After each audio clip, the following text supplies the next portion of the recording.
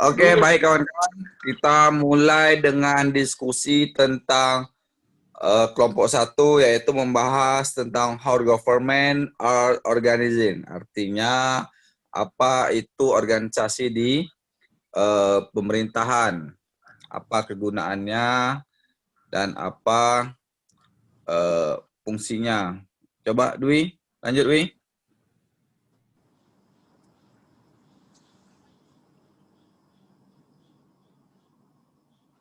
Oke. Bagaimana how government are organized,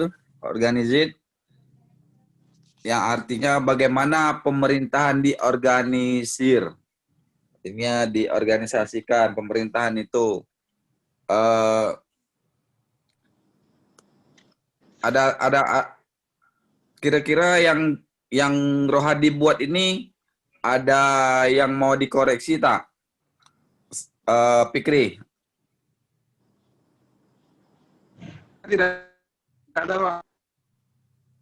Ya, artinya pemerintahan di setiap tingkat nasional, regional, lokal bergerak dengan perubahan yang disebabkan oleh pengaruh eksternal globalisasi, krisis ekonomi dunia, pergeseran demografi, meningkatnya kepedulian lingkungan, dan kemajuan teknologi. Artinya pemerintahan di tingkat regional, kita coba menerangkan ya, artinya nanti kawan-kawan bisa menjawab daripada pertanyaan kawan-kawan yang lain. Pemerintahan di setiap tingkat nasional, regional, dan lokal itu bisa bergerak dan berubah karena disebabkan atau dipengaruhi oleh globalisasi, krisis ekonomi dunia, pergeseran demografi, peningkatan kepedulian lingkungan, dan kemajuan teknologi. Jadi itu dulu ya yang kita kembang. Artinya bagaimana pemerintahan diorganisir. Nah itu dia. Pemerintahan itu bisa berubah kapanpun, baik di tingkat nasional, regional, lokal, dan domestik, karena dipengaruhi oleh krisis globalisasi, krisis ekonomi dunia, pergeseran demografi, meningkatnya kepedulian lingkungan, dan kemajuan teknologi. Itu kalau ada pertanyaan seperti itu. Nah, itu secara eksternal, secara dari luar. Sedangkan secara internalnya adalah organisasi pemerintah berfokus kepada peningkatan produktivitas layanan, yaitu peningkatan layanan, kemudian menghubungkan informasi dan layanan di seluruh tingkat pemerintahan yang kompleks. Artinya itu juga bisa berubah tergantung daripada meningkatnya produktivitas daripada unsur pemerintahan, yaitu bisa jadi daripada IT dan juga human, manusia. Kemudian peningkatan layanan yang secara langsung gitu berdampak kepada warga negara. Oke, lanjut.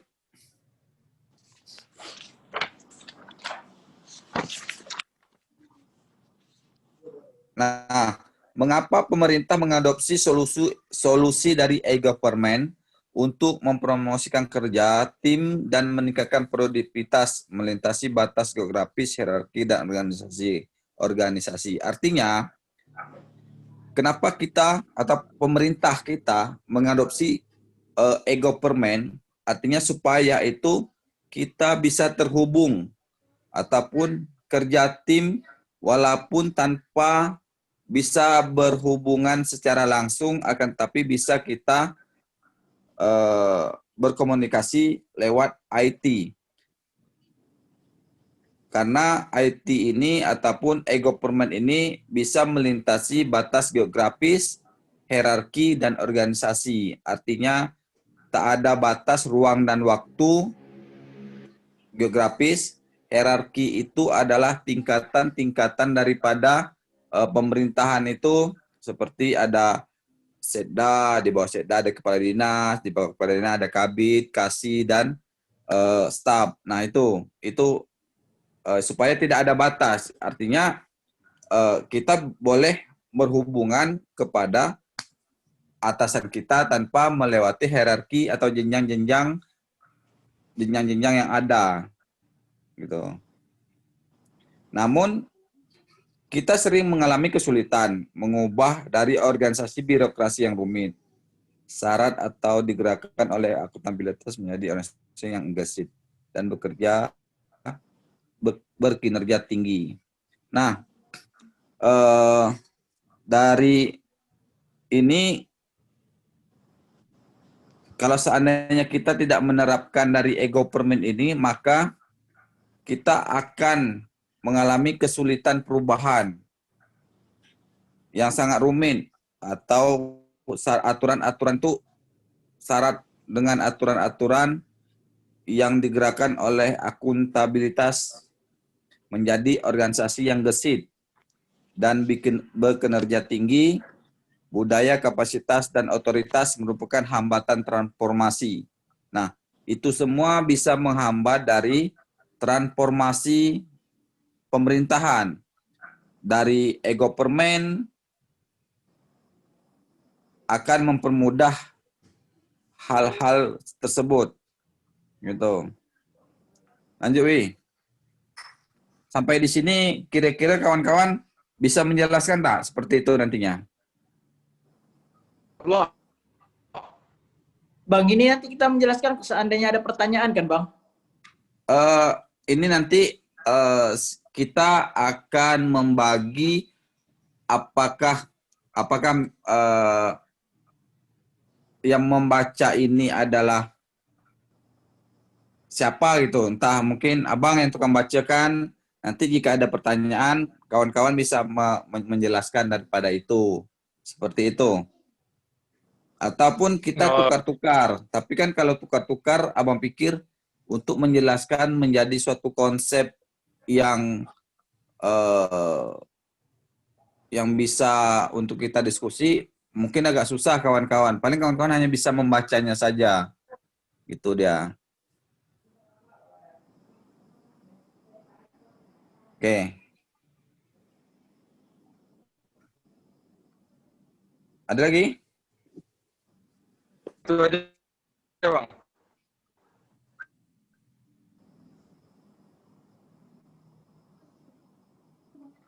Baik. Kemudian tadi daripada secara eksternal dan dengan warga negara, bisnis dan tingkat pemerintahan lainnya, lembaga pemerintahan, kontraktor dan konsultan. Itu apabila kita menerapkan e-government. Artinya semua itu bisa kita laksanakan dengan mudah gitu. Dan secara internal dengan karyawan lintas departemen dan agensi. Dan bahkan secara multilateral di seluruh negara, e-government menciptakan ruang untuk model baru transformasi, akuntabilitas, komunikasi, dan organisasi. Artinya, secara dunia, secara multilateral, secara menyeluruh, baik itu di negara-negara lain, e-government itu menciptakan ruang atau model baru transparansi. Modelnya seperti apa? Modelnya kita bisa melihat contoh pengadaan barang dan jasa di suatu daerah bisa kita download, bisa kita lihat di linknya Badan Pengadaan Barang dan Jasa BJP gitu. Bisa kita kemudian kita juga bisa melihat harga-harganya. Kemudian akuntabilitas itu bentuknya seperti kita bisa melihat berapa jumlah uang yang keluar, berapa jumlah uang masuk, berapa uang pajarnya, seperti itu. Kemudian komunikasi ini kita bisa berhubungan tanpa ada jarak, tanpa ada hambatan ataupun tanpa ada halangan. Jadi siapapun bisa berkomunikasi antara pemerintah pusat dan pemerintah daerah, walaupun bentuknya tidak tatap muka, tapi kita sudah bisa berbentuk komunikasi seperti telepon, kemudian yang sekarang ini lagi booming itu ya adalah Zoom, kemudian ada lagi yang lain-lainnya ya. Dan organisasi itu tadi kita bisa berhubungan, kita bisa berkomunikasi, kita bisa melihat rekan-rekan kita satu organisasi. Nah, itu dah kegunaan daripada e-government itu tadi. Panjang lagi Tawi? Banyak tak slide-nya? Banyak, Bang. Banyak, Bang. Alah, itu berarti nak 2 jam kita jelaskan tuh. Ini udah Jadi- cukup 15 menit nih, Bang. Hah? Jadi macam mana?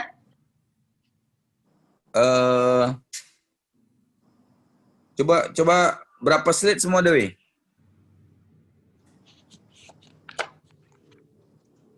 30-an ya, Wi? 19.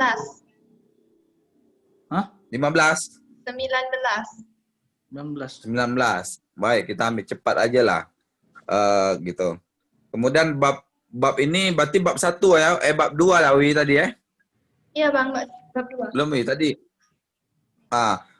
Bab ini artinya ini bab apa? Itu menjelaskan bagaimana pemerintah diatur, bagaimana mereka bekerja sama meskipun memiliki tujuan yang beragam dan paralel, dan bagaimana e-government memiliki potensi untuk mengubah organisasi pemerintahan untuk memfasilitasi upaya yang melintasi batas, badan, dan bahkan negara. Nah, kita berbicara tentang bab 2 ini, yaitu bagaimana pemerintah diatur, pemerintah bekerja, kemudian bagaimana e-government itu memiliki potensi untuk mengubah organisasi pemerintah yang awalnya dulu hierarkinya harus jelas, kemudian juga akuntabilitasnya kurang jelas, sekarang bisa menjadi jelas. Kemudian bagaimana koordinasi dan komunikasi antara pihak yang satu dengan pihak yang lainnya itu bisa kalau dulunya susah untuk berkomunikasi, sekarang sudah tanpa ada hambatan gitu. Lanjut Wi.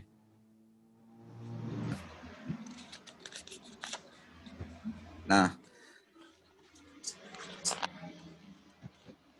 of government artinya sistem di pemerintahan. Setiap pemerintah itu mempunyai suatu sistem.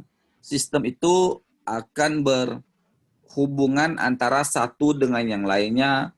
Apabila rusak salah satu saja unsur dari sistem itu, maka sistem itu tidak akan pernah berjalan sebagaimana yang diharapkan.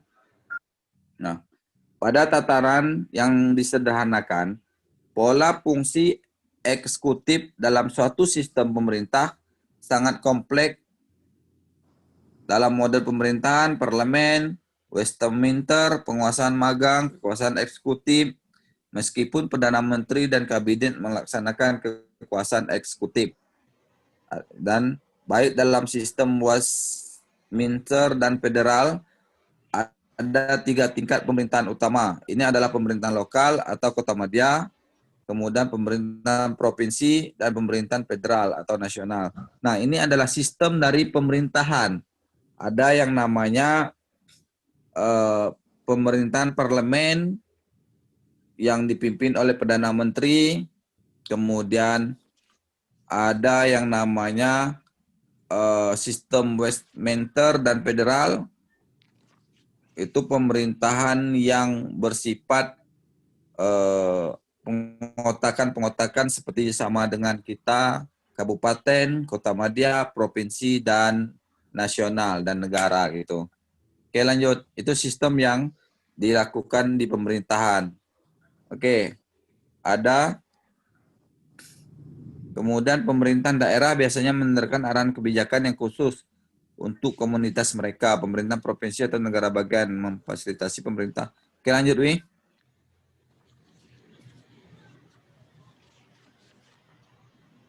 Nah, kemudian how government work together. Apa artinya, Wi? Bagaimana pemerintahan bekerja sama? Sama. Oke, bagaimana pemerintahan bekerja sama? Nah,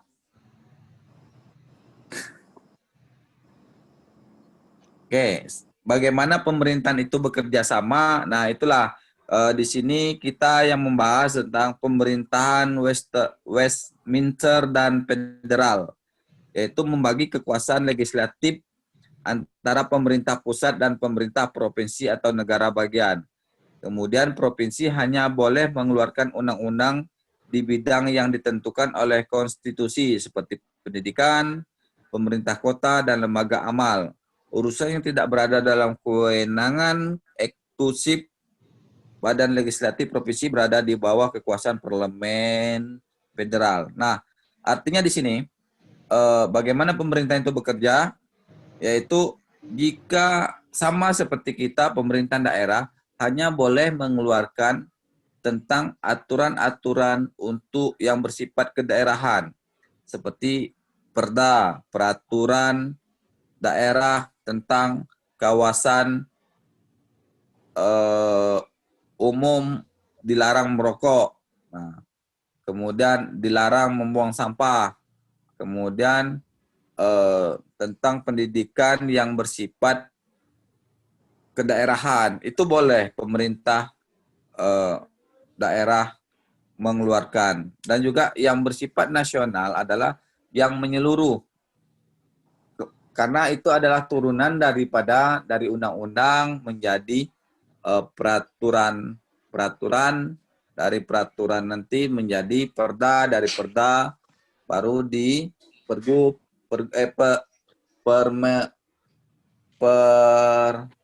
pergub, peraturan daerah ya.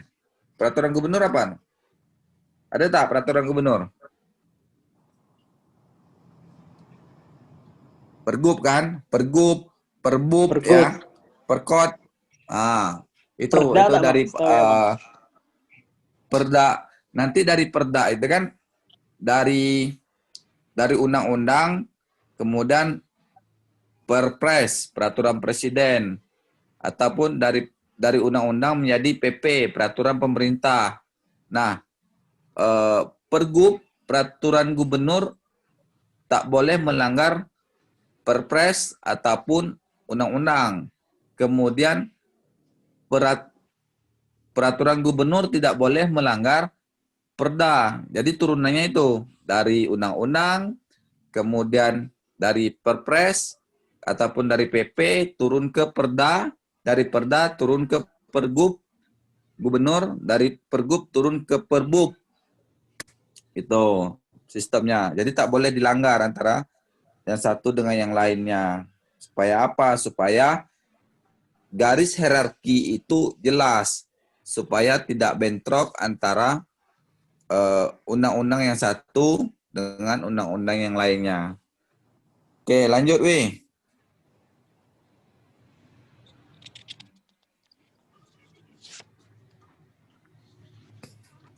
Sebagian besar negara bagian atau provinsi memiliki tindakan dua tingkat pemerintahan lokal, kabupaten dan kota. Jenis dan sifat kota bervariasi dari satu negara bagian ke negara bagian. Selain pemerintahan daerah, mungkin ada pemerintah daerah tujuan khusus, lokal atau regional, berdasarkan distrik sekolah. Layanan saluran pembuangan transportasi umum, perpustakaan umum, dan pengelolaan sumber daya air. Pemerintahan daerah mengacu atau yurisdiktif pemerintah di bawah tingkat negara bagian. Kategori ini mencangkup pemerintah yang ditetapkan sebagai kota-kota kecil dan desa. Oke, berarti ini Wi, abang pikir tak dibuang aja Wi, tak perlu lagi Wi, karena tadi sudah dijelaskan. Ya, halaman berapa nih? Buang aja. 8. Halaman 8 buang Wi. Oke, Bang. Lanjut.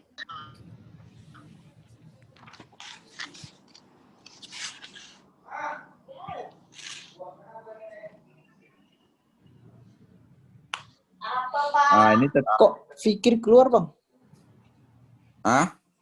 Fikri. Ebiser Country Council, apa tuh? Dewan Kabupaten Derbyshire. Dewan Kabupaten Derbyshire. Derbyshire. Mm-mm. Oh, berarti ini di Amerika ya, di Western ya. Iya, betul Bang. Derbyshire membuat keputusan untuk beralih ke digital dan modernisasi budaya mereka dengan solusi manajemen faktur otomatis. Sistem sebelumnya berbasis manual, menyebabkan terkurasnya sumber daya eksternal, penguncian dan faktur secara manual akibat penelitian yang memakan waktu. Permintaan informasi tambahan dari banyak pilihan. Parlemen ini artinya dia parlemen suatu kabupaten kan, Wi? Iya Bang.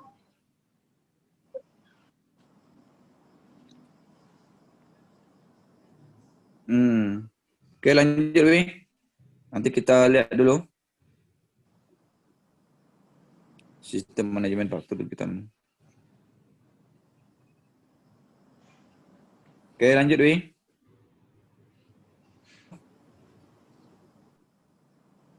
Sistem manajemen faktur kita. Oke, lanjut, Wi.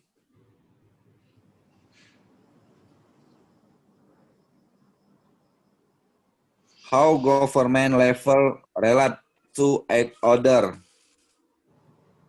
Apa artinya, Wi? Oh, Bang.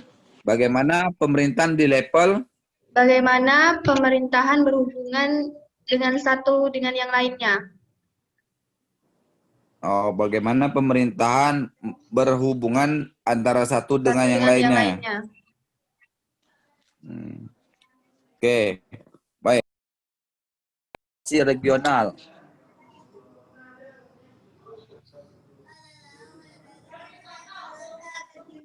Oke. Yang kedua, wilayah menyadari bahwa pergeseran substansial dari kertas ke catatan elektronik sedang terjadi. Mereka membutuhkan solusi yang dapat mengelola berbagai jenis dokumen yang dibuat. Oke, artinya gini, regional wilayah ataupun wilayah York itu menginginkan solusi e-government karena akan mempermudah kebebasan informasi dan perlindungan privasi kota serta memenuhi kewajiban berdasarkan peraturan baru yang ditetapkan oleh undang-undang. Oke. Kemudian pertama, daerah ingin menjembatani informasi antar departemen dan lokasi regional. Tuh. Karena kalau tidak melakukan e-government, maka untuk menjembatani informasi itu sangat susah antar departemen dan lokasi regional, antara bidang-bidang itu sangat susah karena masih bersifat manual. Contoh, kita banyak membutuhkan kertas untuk mengetik, kemudian kita masih banyak membutuhkan tinta, akan menghambat juga dan juga boros. Tapi apabila kita melakukan e-government, wilayah menyadari pergeseran substansial dari kertas ke catatan elektronik. Tuh. Dan mereka membutuhkan solusi yang dapat mengelola berbagai jenis dokumen yang dibuat. Jadi mereka di daerah York itu mereka membutuhkan sebuah solusi ataupun jenis dokumen yang bisa mudah diakses oleh siapapun. Baik itu departemen dan lokasi regional. Oke, lanjut.